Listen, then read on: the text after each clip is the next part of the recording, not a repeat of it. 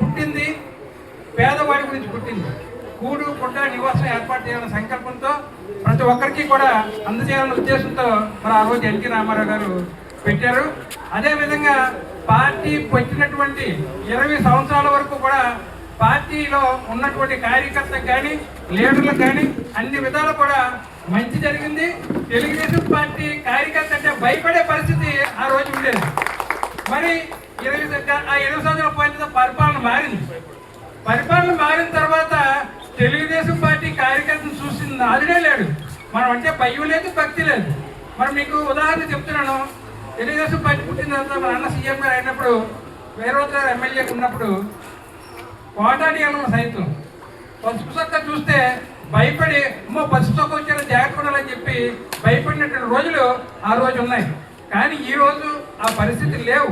మన ప్రభుత్వం ఉందో లేదో తెలియని పరిస్థితిలో ఈ రోజు మనందరం కూడా ఉన్నాం. ఈవేళ మనం కాదు, మనలాంటి వాళ్ళందరూ తెలుగుదేశం పార్టీ కార్యకర్తలు అందరూ కూడా మనకి ఎందుకు ఈ పరిస్థితి వచ్చిందని చెప్పి ఎంత నడిపించిన పరిస్థితిలో ఈరోజు ఉన్నాయని చెప్పి మీకు అందరికీ కూడా తెలియజేస్తున్నాం. ఇంకేదంటే తెలుగుదేశం పార్టీలో ఫస్ట్ నుంచి ఉన్నటువంటి కార్యకర్తలు, సీనియర్ కార్యకర్తలకి గుర్తింపు లేదు.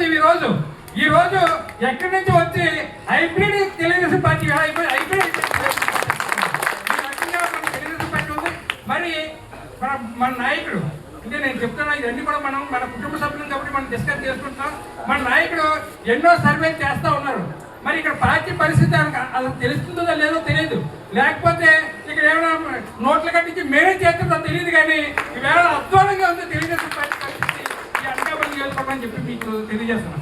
ఏంటంటే ఇప్పుడు మన వీరభద్ర గారు ఉన్నప్పుడు, రామకృష్ణ గారు ఉన్నప్పుడు ఆ ఇంటి మీద కాయకి ఇంటి మీద వాడికి, ఇంటి మీద కాయకి ఆ ఇంటి మీద వాడికి కాదు, ఆ విధంగా రాజకీయాలు ఉండేవి.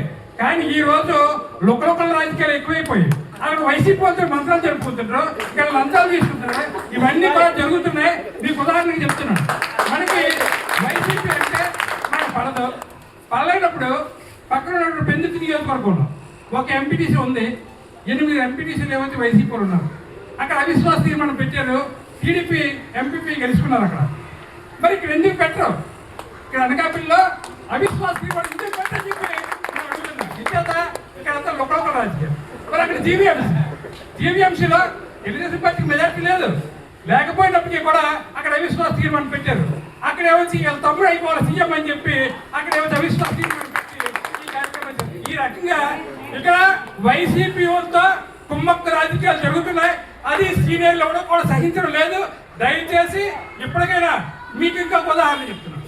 మనకి అధికారంలో ఉన్నప్పుడు, మనం ప్రతిపక్షంలో ఉన్నప్పుడు మరి కసింకోట మండలంలో విస్తరణపేట అని చెప్పి ఒక గ్రామం ఉంది. అక్కడ కుంభకోణాలు జరిగేది.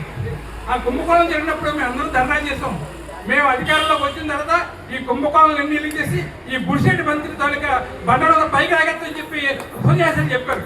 మరి ఈవేళ 2 సంవత్సరాలు అవుతున్నా ఆ విస్తరణపేట భూమి గురించి ఎందుకు మాట్లాడలేదని చెప్పి లోకల్ రాజకీయాలు ఎన్నో ఉన్నాయి.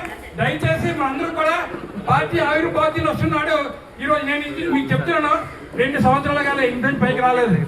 పార్టీ భ్రష్టు పట్టిపోతుంది. తెలుగుదేశం పార్టీని కాపాడుకోవాల్సిన బాధ్యత మన అందరి మీద ఉంది. ఈవేళ ఉన్నారు కొంతమంది